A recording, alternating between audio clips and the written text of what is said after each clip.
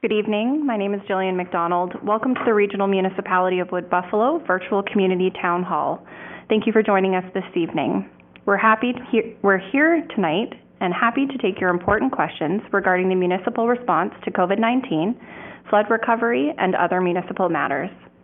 Our panelists include Mayor Don Scott from the Alberta Legislature, Fort McMurray Lac La Biche MLA Layla Goodridge, Chief Jody Butts from the Regional Emergency Services, Jamie Doyle, the municipality's Chief Administrative Officer, Matthew Huff, Deputy Chief Administrative Officer, Chris Booth, Manager of Planning and Development, Greg Wolf, Chief Building Safety Codes Officer, Kevin Weidlich, the President and CEO of Wood Buffalo Economic Development Corporation, Executive Director with the Oil Sands Community Alliance, Kareem Zarifa, Jen McManus, VP Canadian Red Cross for Alberta and Northwest Territories, Celeste Power, Vice President, Western for Insurance Bureau of Canada, and from the Alberta Emergency Management Agency, Brad Geddes, Executive Director Recovery. We also have from Service Alberta investigator Julian Smith. We want to hear your important questions. If you would like to ask a question of one of our panelists, hit *3 on your phone and you will be directed to an operator who will take your question. We encourage you to ask your questions live on the line. However, if you aren't comfortable, we can read them for you. Mayor Don Scott is going to have some opening remarks, followed by CAO Jamie Doyle. No opening remarks from Jamie Doyle, my apologies, just Mayor Don Scott. And now I would like to turn the floor over to Mayor Scott. Hello, everyone, and thank you all for participating this evening, and to all the panelists. We want to begin by acknowledging that this call is taking place on Treaty 8 territory and traditional Métis territory, and I'd like to welcome once again Layla Goodridge for joining us. She's one of our MLAs, and we're always grateful to have her here joining us. One thing I'd like to emphasize, everybody who's getting work done, or whether it's related to the flood or not, make sure your contractor, and please get a local contractor, is getting permits as you go forward. And if you're not sure what permits they need, or if they are not sure, get them to call planning and development. What we don't want to happen is that things are not done properly and safely, and then our residents get in some difficulties. And some of that did happen after the fire with the construction that occurred. So it is very important to get the permits in advance and as you go, making sure that things are checked along the way so that everything is done right and you are protected. I'm just going to briefly talk about jurisdiction. Some of you may have questions that relate to another level of government. I'll give you some examples of those. If you have a question about Canada Post, that is federal jurisdiction. Now, we're going to always do our best to answer all the questions, but you can always go to canadapost.ca, and then there's a heading called Service Alerts, and you can check that. Now, we're really lucky tonight because we have Layla Goodridge here, but I'll give you some examples of things that are provincial jurisdiction. That is the relaunch, so everything to do with reopening businesses. The hospital, Highway 63 and 881, schools, DRP funding. Now, the municipality fought hard to get it, along with our MLA, but now that it has been granted, if you have questions about the process, then it is the MLAs who are best positioned to help you. And any of the COVID restrictions, that's AHS, and that's also provincial. Another thing the municipality does not have the ability to do is to force private businesses to do things. And now sometimes we can if there is a rule to that effect, but for example, I cannot force a business to open. I know that I get that question sometimes relating to one business or another. Can the municipality compel that business to do something? Often the answer is no. We don't have the jurisdiction to do that. And if you're ever not sure about who to ask a question to, I still want you to make sure that you contact the municipality or whoever when you do a Google. Pulse line is the municipal way to do that, 780-743-7000. So if you don't get your question in tonight, give them a call, leave a message, or talk to somebody, 780-743-7000. Back to you. Thank you, Mayor Scott. Now we are going to turn to our question queue. Again, if you would like to ask a question of one of our panelists this evening, please press *3 on your phone and you will be connected to an operator. Our first question comes from Paige, and Paige asks, what do I do if my condo board won't communicate with owners? Many of us in the lower town site are not able to return home, and a timeline so far has not been communicated. Not knowing makes it even more stressful. I'm going to ask Julian Smith of Service Alberta to take this, please. Hello, Julian here. I suggest that person visit the alberta.ca/condominium rules section. That website provides information for condo owners, the boards, and the corporations about all the changes that are going on with the Alberta condo laws right now. In regards to the COVID, it's definitely challenging the capacity of some condo corporations to comply with the Condominium Property Act and some of those regulations. So I hope that they can go on the site and that can provide additional information regarding these changes and the additional details of the ministerial order that was issued under the Public Health Act to temporarily modify some of the provisions. Some of the information that they can find on the website is regarding the annual general meetings, requirements for developers, time elements, utility payment deferral program, and the condominium board's right to enter units for non-emergency repairs, because that is suspended right now under certain conditions. So if they go through that and they're still unsure, I would recommend the Condo Owners Council of Alberta, along with the Centre for Public Legal Education Alberta. They're also more than welcome to visit the condolawalberta.ca website if they are more interested in dispute resolution. Thank you, Julian, and MLA Layla Goodridge can add to that as well. Thank you, Paige, for that question. There's also a consumer contact center. We've had this question come into our office a few times in the last couple weeks, and there's an easy toll-free number that you can call Monday to Friday, 8:15 to 4:30 p.m., and it's 1-877-427-4088, and they can help you with a bunch of your questions. Thank you. Thank you so much for that. Again, *3 on your phone if you wish to ask a question of one of our panelists this evening. Our next question comes from Abdul. Abdul asks, when is curbside recycling going to resume? I'll ask DCAO Matthew Huff to take that. Thank you for your question. Curbside recycling will start again once it is safe to do so. Our focus now is preparing for relaunch of a variety of our programs and services, and this is one of them. We are determining what staffing requirements and safety measures must be in place for us to receive recyclable material at our landfill site, where, as I'm sure you know, the material is separated before being shipped. So as soon as that is the case, we will be putting that program back in place. Thank you so much, Matthew, and thank you, Abdul, for that question. Our next question comes from Brandon. Brandon asks, how much money has the Canadian Red Cross raised to date for the Fort McMurray and area floods? I'm going to ask Jen McManus of the Red Cross to answer that, please. Thanks, Jillian. Thanks, Brendan, for the question.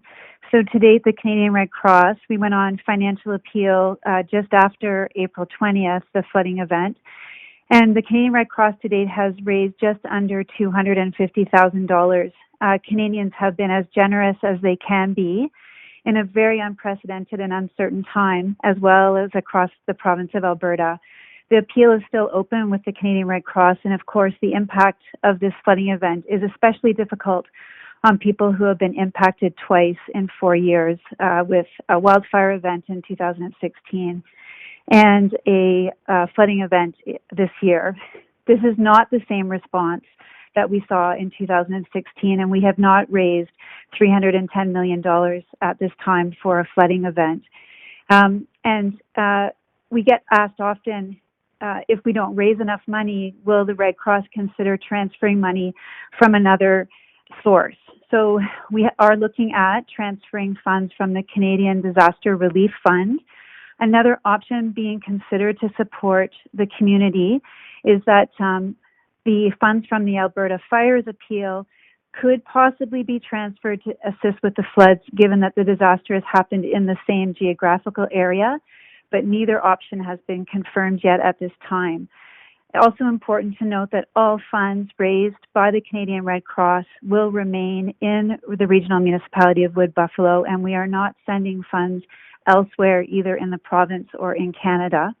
And the direct support that's still being offered in Fort McMurray for wildfire recovery is still downtown on Franklin Avenue. We are currently assisting over 200 households, Jillian and Brendan, for wildfire recovery.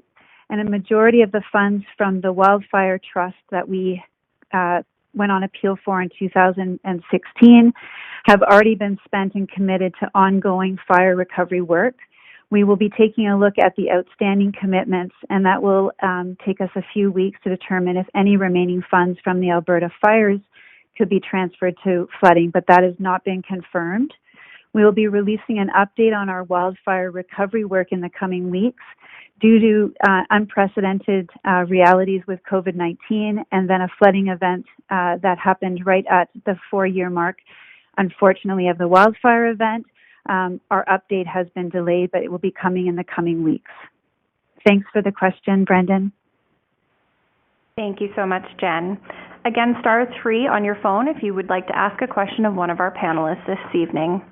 Our next question comes from Robert, and Robert asks, what is the current status of the boil water advisory? I will ask Deputy Chief Administrative Officer Matthew Huff to take that one. So the boil water advisory for Fort McMurray and Sapere Creek is still in place. As many residents have noticed, the flushing and disinfection of our 375 kilometers of pipes and numerous reservoirs is well underway. Our original estimate of 120 days of work has been greatly reduced, not in level of effort, but by doing a number of activities concurrently. So we are expecting that the boil water advisory will be lifted in a number of weeks now for the entire area. Thank you, Matthew. Again, *3 on your phone if you would like to ask a question of one of our panelists this evening. Our next question comes live on the line from Chris. Chris, your line is open. Please go ahead.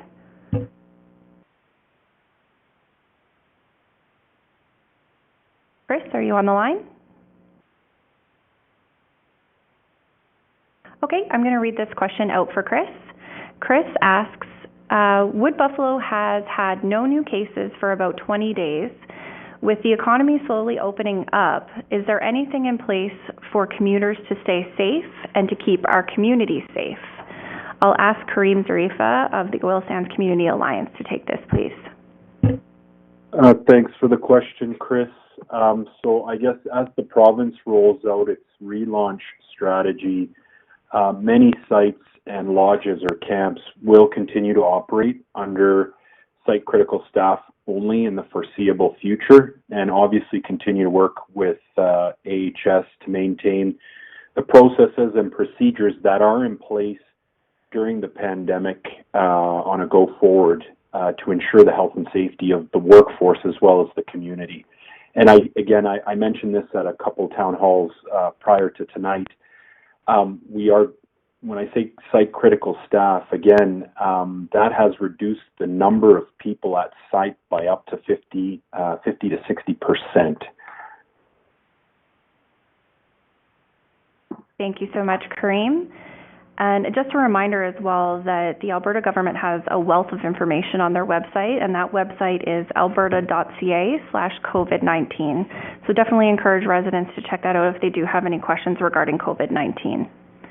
Our next question comes live on the line from Sherry. Sherry, your line is open. Please go ahead. Hello. Thank you for taking my question. Just first wanted to say thank you to the RMWB for opening up the community gardens. It's a great COVID activity and helps reduce trips to the grocery store. The next question comes along with the boat launches in the rivers, the Clearwater and the Sny. So just wondering about timelines on opening up the boat launches and if there was any safety issues in result of the flooding for the boat launches or river for any paddling up the Clearwater. Thank you for your question, Sherry. Deputy Chief Administrative Officer Matthew Huff will take that. Yes, thank you. As residents will have noticed, municipal staff are making as many outdoor amenities available for use as possible. So there's both COVID-19 and flood recovery considerations in play. So all parks are open, save for the structures, the play equipment, and of course the splash parks, except for those affected by the flood. So staff are working to do two things, and this includes the boat launches, ensure that they are safe, number one, and two, cleared by our health and safety staff, as well as the our provincial partners, before they are open. So that is the work that's going on right now. The goal is to have all of those back in operation by June 1st. Thank you, Matthew. Again, star 3 on your phone if you would like to ask a question of one of our panelists this evening. You'll be directed to an operator who can take your question live on the line, or we can read them out for you. Our next question comes live on the line from Michael. Michael, your line is open. Please go ahead. Hi there. There's been a lot of help for, or an announcement about help for flood victims that didn't have insurance. My question is, those of us that do have flood insurance, is there any help for us for our deductibles, ranging from 10 to 25, if not more than that? Is there going to be any financial aid for our businesses trying to get back up and running? Thank you for your question, Michael. I'll ask Kevin Weidlich to take that. Thank you, Michael, for that question. Currently, the resources are, you can check wbcentral.biz. There is a variety of resources that are available for businesses that have been affected by the flood. In many cases, but to deal specifically to your question, there isn't anything currently in the works. We are having conversations with other orders of government, namely the province and the feds, to determine what additional funding and relief could be brought to bear, and different announcements may be coming down in the future, but right now we're only at the earliest stages of that. Thank you, Kevin. I'm just going to see if Celeste from the Insurance Bureau of Canada has anything to add to that. Hi there. Nothing to add per se to what Kevin responded. I think that is probably most helpful to the specific question. I just wanted to note that deductibles do differ. Typically, business will work with their insurance representative on what deductible sort of makes sense to make the monthly payment sort of meet their financial needs. So these will differ by each individual. I have heard some questions on condos and deductibles in condo associations where we've seen some insurance issues there in the media. And typically at times with condos decide to spread that over through their tenants. So say a $50,000 deductible across 500 tenants would, end up being about $100 each. But for businesses in general, I think Kevin made some good points there.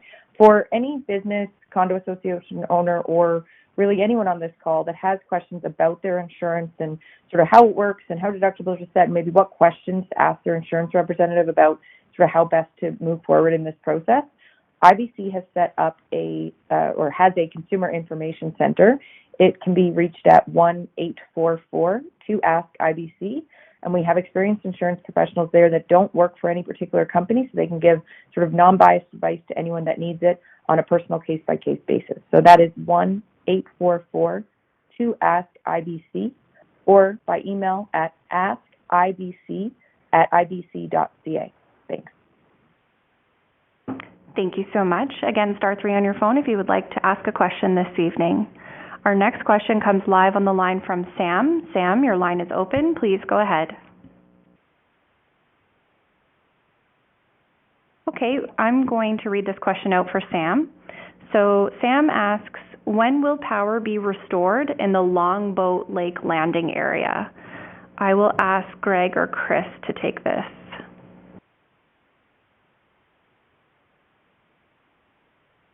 Hi there. It seems that we were just having some issues with our phone line. We're going to try this again.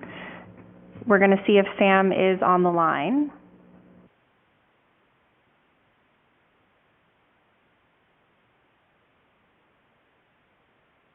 Okay, we're just going to go back into a music hold here.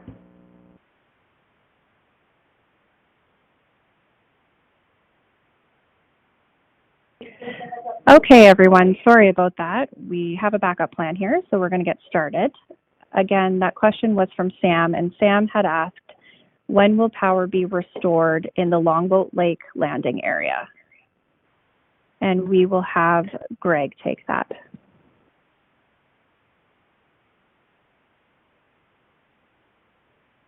Hi there. Regarding the power at Longboat Landing, likely it is that the transformers were damaged, that area is low, and until that equipment's been resourced and installed, that is going to delay getting power into that development. So that'll be between the condo board, who would have originally installed that equipment, and ATCO to get it installed. Once that happens, they'll probably be able to hook the power up again. Other options could be generators wired straight into the buildings and so on. So again, probably just best to direct those questions to the condo board, and they'll discuss it with their contractors, and I'm sure they're working to get you in as fast as possible. Thank you for that, Greg. And our next question comes from Steve. Steve asks, how long is the boil water advisory likely to last? I'm going to ask DCAO Matthew Huff to take that. And then there's a second part of this question that I'll be going to Layla Goodridge for.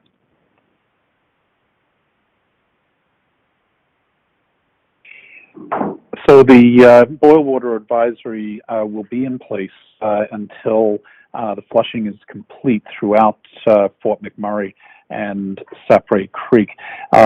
We had spoken last week about a phased plan. Thankfully, that phased plan has been able to be undertaken concurrently, and so everyone will be happy to know that within the next few weeks, the boil water advisory will be able to be lifted for all. Thank you, Matthew. And the second part of the question was, will the $1,250 made available per adult be increased due to the amount of time that has passed? And I will ask MLA Layla Goodridge to take that. Thank you for that question. Just to clarify, the $1,250 per adult was for all people that were affected and were under a mandatory evacuation from our region, and that's an evacuation payment. But there is, however, relief through the Disaster Recovery Fund program that is available for anyone that sustained damage to their house, their small business, not-for-profit, through the Disaster Recovery Program. And I would urge everyone that has had that damage to contact the Disaster Recovery Program. And there's a toll-free phone number. It's 1-888-671-1111. That number again is 1-888-671-1111. Alternatively, you can go to the Alberta government website and you can apply for the Disaster Recovery Program online. Thank you. Thank you so much. Our next question comes from Peter. Peter asks, where can we pick up mail? Canada Post, new location, is there an address? And I will ask CAO Jamie Doyle to take that one. Thank you for the question. Canada Post has announced to its customers that the service has been interrupted by the flood can now pick up their mail at 250 McKay Crescent in Gregoire.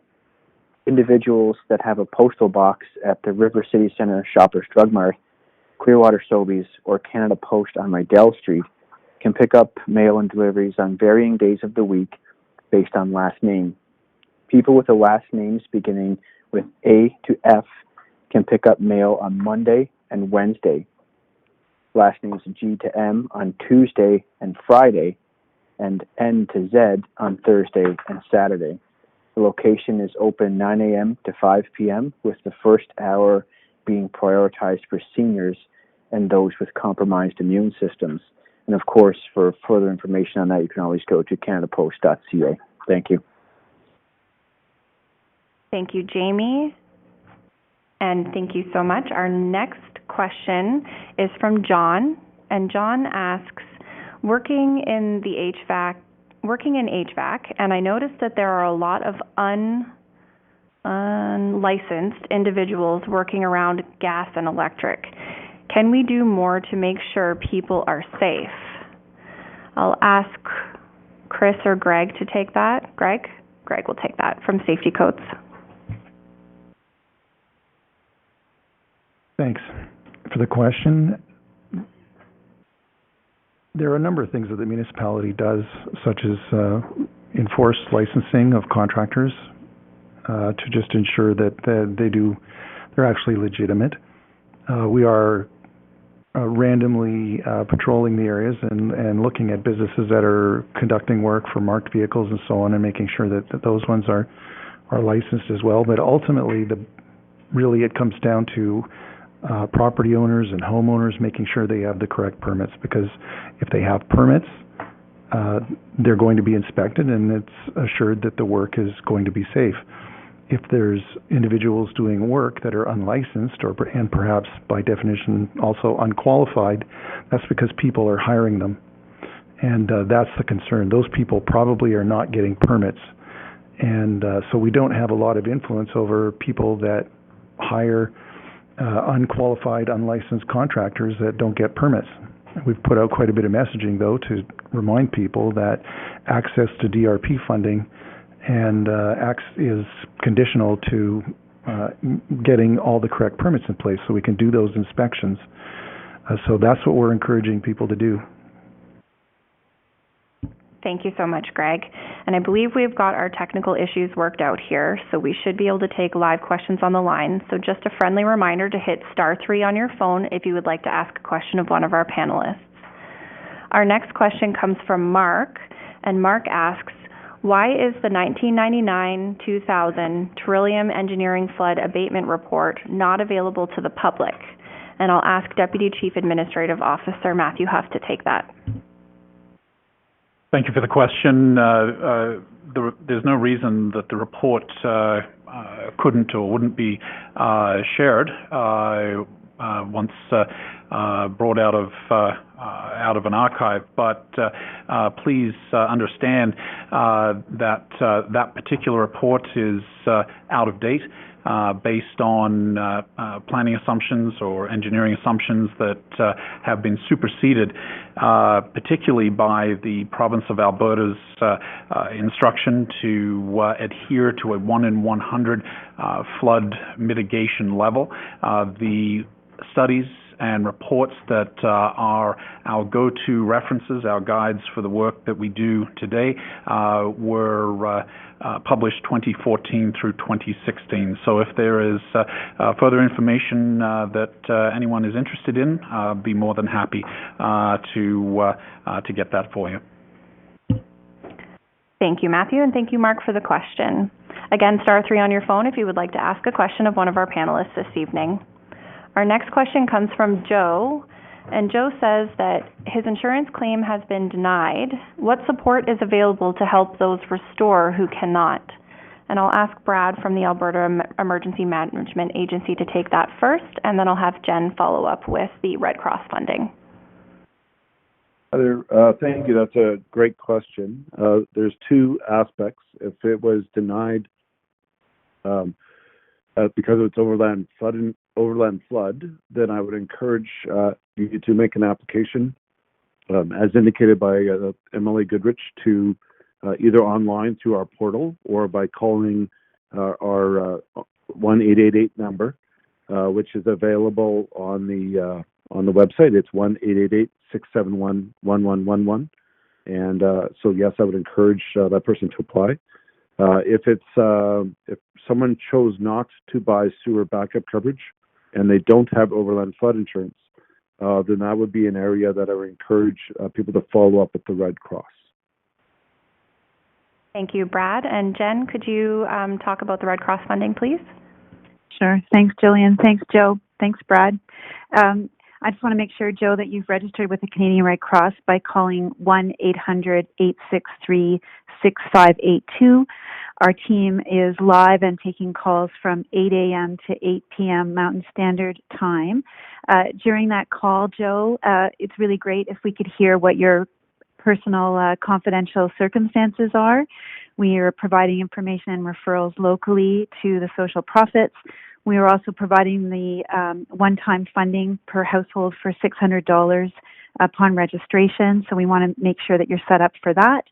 And moving forward, we're working with the Regional Municipality of Wood Buffalo, the recovery planning team, to see where the emerging needs are in the community, and staying alongside of the great leadership at the municipal level, working with the social profits, and looking at how in the coming weeks we can support families as the DRP rolls out and insurance claims have adjudication.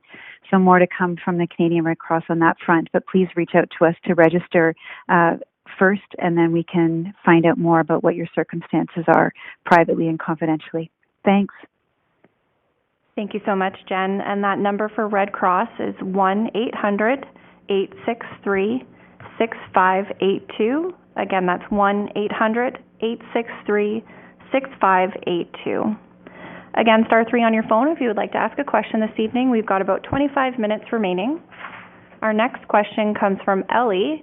Ellie asks, is there still a fire ban in affected blah, blah, blah? Is there still a fire ban in the region? And I will ask Chief Jody Butts to take that. I will get this right at some point tonight. I apologize. Good evening, and thanks for the question, Ellie. Your question is actually a question of jurisdiction, and to Mayor Scott's opening remarks, yes, there is a fire ban in all parts of the region, with the exception of 2 areas: the Wood Buffalo National Park in the northern part of our region, and the urban service area of Fort McMurray. And the reason for that is as a result of a ministerial order from the Alberta Agriculture and Forestry, a province-wide fire ban was put in place. And typically or historically, us as a regional municipality in the urban service area would follow suit. However, we chose not to, based on we make those decisions based on the current wildfire danger levels in the region. And as you can see out the window there, it's raining quite a while. We're in a wet cycle here, so that's a good thing. And I will also mention that there was a consideration put forward to the health and the well-being, being that the urban service area is within our jurisdiction. The well-being of our residents was put into place or considered in this COVID situation that we're in isolation. So thank you for your question. Thank you, Chief Butts. I'm going to try not to stumble the rest of this evening. Okay, the next question comes from Marguerite, and Marguerite asks, as for the Alberta Disaster Relief Program application, is there anyone in town who can help us fill this out? And I'll ask that Brad take that. Great. Thank you very much. So Marguerite, not yet. We are working on creating a safe environment which we will be able to invite applicants in to ensure their safety and the safety of our staff. So we're working through the best way to do that. In the meantime, though, the 1-888 number that we did provide earlier, people can walk you through fairly quickly how to apply online. So in the interim, I would encourage you to access that resource. And then one more time, I would encourage people to contact the Red Cross. We are doing our best behind the scenes to work together to figure out how else we can expedite and make it quicker to have an in-person support. So again, if you could register with the Red Cross, that would be helpful because that would help us plan and figure out the best way to provide support. So I hope that answered your question. Thank you, Brad, and Kevin Weidlich will also add to that. Yeah, thank you for that question. It's quite topical because there's so many programs and funding announcements are getting released daily by the province and the federal government as well, and so it's really tough to figure out where to go. So again, this is another plug for our website. So it's wbcentral.biz. So if you go to wbcentral.biz, B-I-Z, you'll see the information that's available to you. When it comes down to looking for help to fill out the form, you can click at that website to contact us, and we'll direct you to one of the membership-based organizations who may be able to assist you if you're a small business. For individuals, that support isn't there, but for small businesses, the membership-based organizations can provide that support. Thank you, Kevin, and Mayor Scott would like to add to that as well. Sure. I'm just going to offer some assistance to the seniors who are looking for help with their DRP applications. The St. Aidan Society will help you, and please reach out to them. We just got that information from Luana Boussier, who's a big help to the seniors in this community, so thank you for that and all the good work that St. Aidan's does. Thank you, panelists, and thank you so much for the question. If you would like to ask a question of one of our panelists, please hit *3 on your phone. You'll be directed to an operator. We can take your questions live on the line, or we can read them for you. Our next question comes from Betty, and Betty asks, what efforts and measures have been done to safely place the homeless during COVID-19? The Center of Hope is abandoned and turned into an encampment for the homeless. I'm going to ask CAO Jamie Doyle to take that, please. Thanks, Jill, and thanks, Betty, for the question. Homeless serving agencies, they're working really hard to keep the vulnerable population safe. And there is an isolation center available for those who are exhibiting COVID-19 symptoms. The Salvation Army has temporarily relocated to 125 Elmore Drive in Thickwood, and it's providing both shelter and food for those participants. Additionally, federal funding has been provided, and we're working with agencies on a rapid rehousing program to see individuals who are experiencing homelessness helped. Thank you. Thank you, Jamie. And again, last call, if you'd like to get those questions in, please hit *3 on your phone. We have about 20 minutes remaining. Our next question comes from Carol, and Carol asks, how can someone find a list of contractors that are hiring? A lot of people are looking for work. I'll ask Kevin Weidlich to take that, please. I hope the audience isn't going to get tired of my plugging the same website, but all of that information is there. So it's at wbcentral.biz, and on that website, you'll be able to see a list of all the local contractors that can provide services, particularly for flood mitigation. That's wbcentral.biz. Thank you, Kevin. And our next question, I believe, is going to be for IBC. It comes from Arlene, and Arlene asks or says that we have insurance for access to $27,000 in case of displacement while they repair our building. But the insurance company refuses to pay because they say we haven't had water damage because we are on the 3rd floor. Can they do that? And I'm going to ask IBC to weigh in on that one. Celeste? Yes, hi. Thank you for your question, and I'm sorry to hear that you're having some difficulties at this difficult time. If you did purchase overland flood insurance, then you would typically have access to additional living expenses. Of course, this would differ policy to policy, so obviously you're speaking with your insurance representative. It would be helpful if we had more information to be able to provide you with a more fulsome answer, because it does typically differ company by company, case by case. And so would recommend you reaching out to us at 1-844-2-ASK-IBC, and we can have someone that can take your information, give you really solid personal sort of advice to your certain case.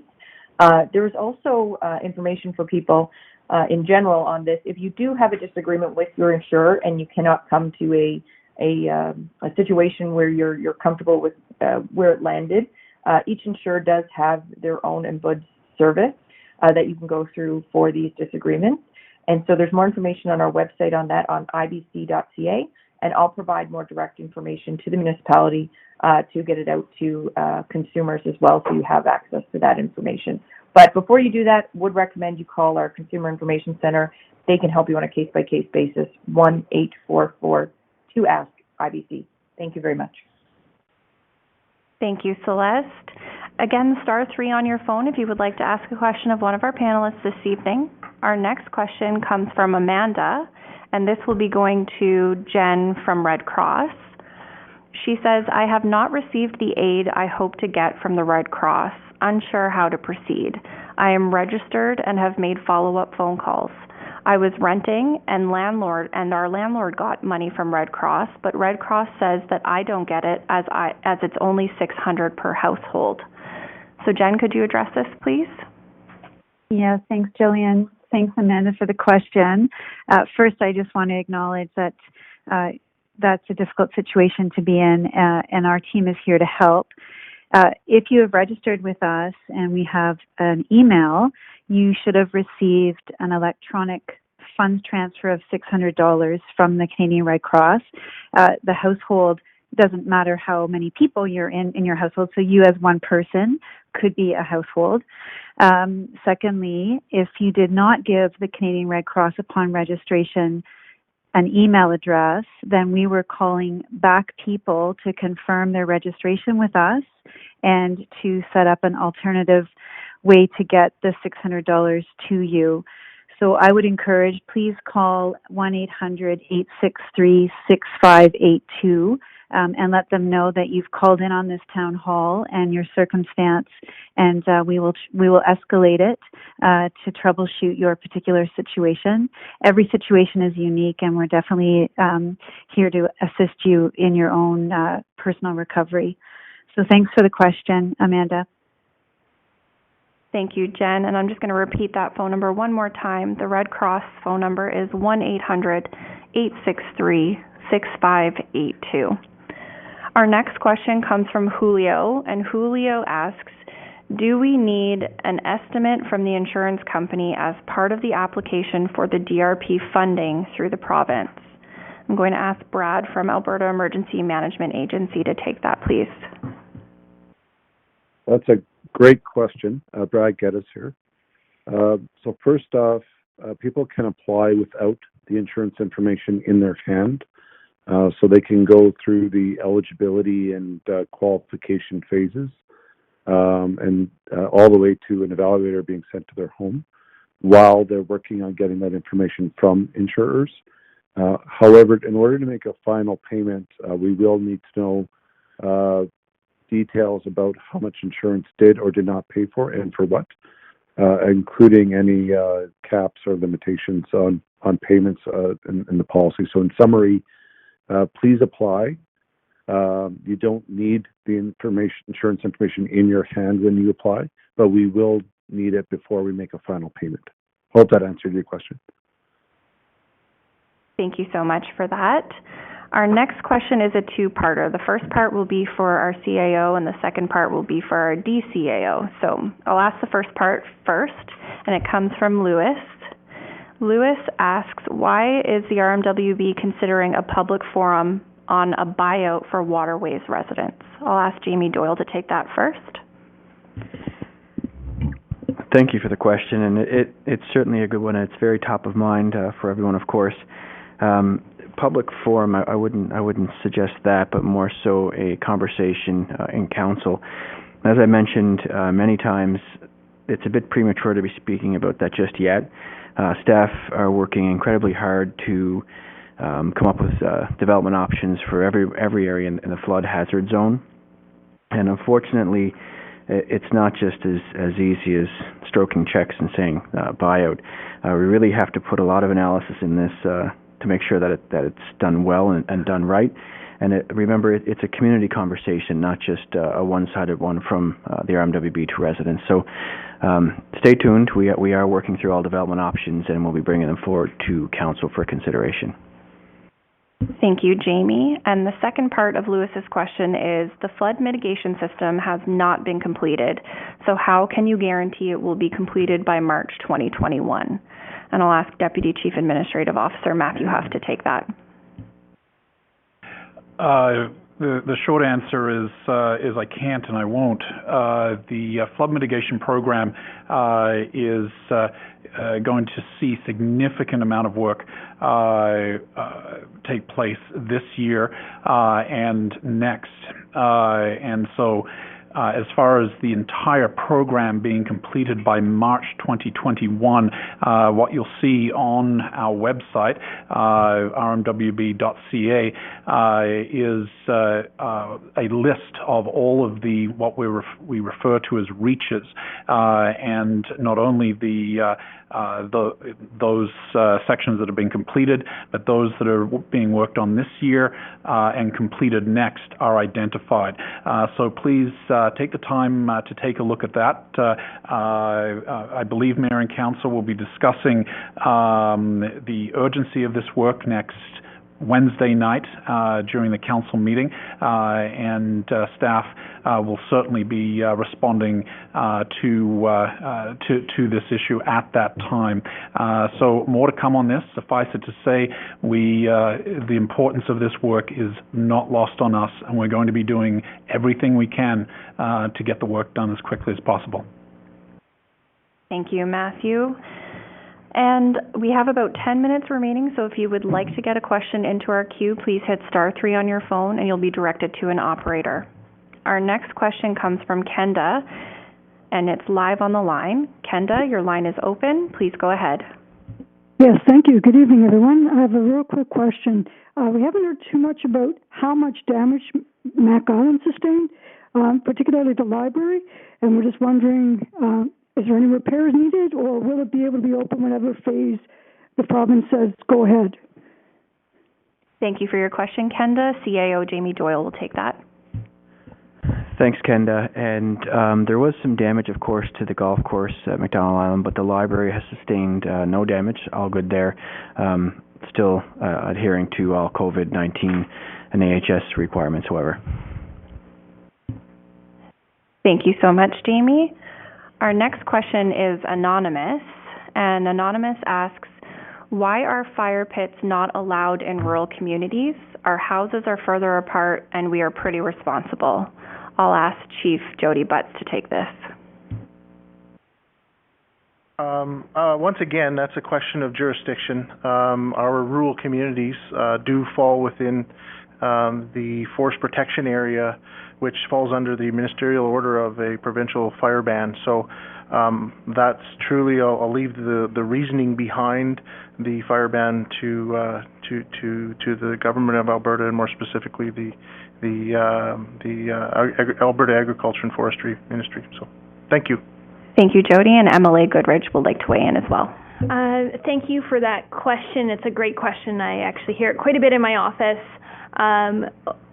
One of the big reasons why our government made a move to prohibit fires within the forest protection area is because this year is very different compared to most years.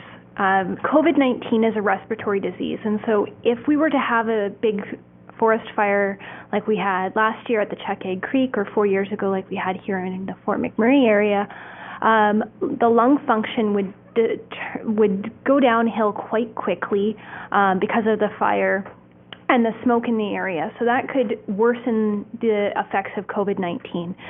Furthermore, we normally have firefighters that we have the ability of bringing in from countries such as Australia, the U.S., and even other provinces like Ontario and Quebec, whose fire seasons are a little bit different than ours. But this year, because of the COVID restrictions, this isn't going to be the case. And so to prepare ourselves, Alberta Agriculture and Forestry hired an extra couple hundred wildland firefighters so that we are going to be as best prepared as possible. But we have to be a little bit more fire safe, and I know it's very difficult, especially to many of the people that live in the rural areas of RMWB that have would really like to have a fire. But what we do allow are portable propane fire pits, or any kind of a propane or natural gas appliance, or an open flame that has a CSA approved piece. So there are some options. I know they're not as great as traditional wood fire, but please bear with us. We're hoping that as the fire risk decreases with all this rain, we'll be able to open back up the forest protection areas. Thank you. Thank you so much. We're almost out of time here, so we're going to get to a few more questions, and then Mayor Scott will have some closing remarks. Our next question comes live on the line from James. James, your line is open. Please go ahead. Yes, good evening. My question is to the mayor regarding the boil water advisory with respect to the timelines opening up and completion dates of September. I was just wondering if they could clarify the timeline based on zones as per Timberley, per Dickinsfield, per Downtown, per Abatement, per Beacon Hill, because the September timeline just only refers to completion of the project, but every zone or division will be opening up sooner than that, or that's what they indicated anyways. Thank you for your question, James. Mayor Scott will start, and then I believe we're just going to throw over to Matthew Huff. Well, we have good news, and I think the news was mentioned just a short time ago, but here's Matthew Huff to give another update. Yes, thank you. I'll just run through a little bit of the same information that I did in answers to earlier questions, which will address what you're asking as well.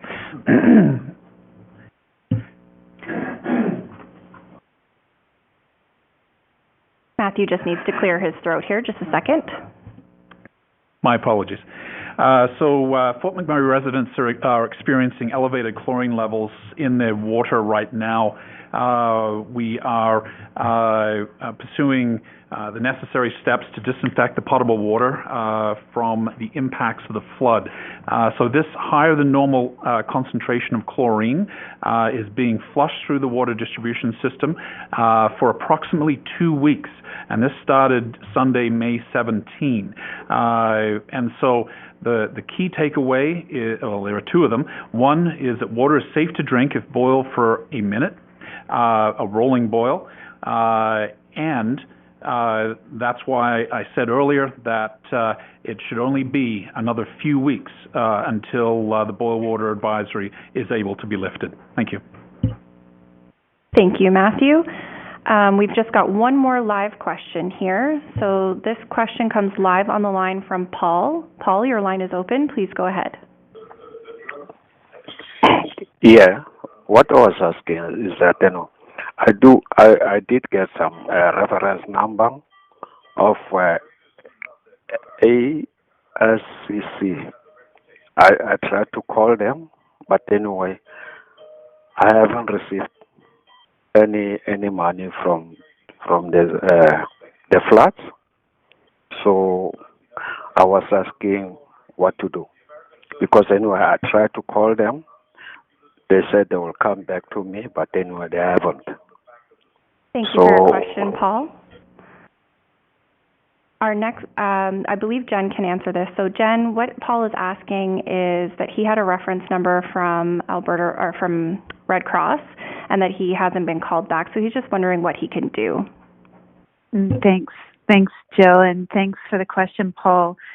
So, Paul, if you gave the Canadian Red Cross an email address when you registered with us by calling 1-800-863-6582 between 8 a.m. and 8 p.m. Mountain, you then would be getting an electronic funds transfer, a digital transfer of $600 for your household. If when you registered with us, you did not give us an email address, we would be calling you back.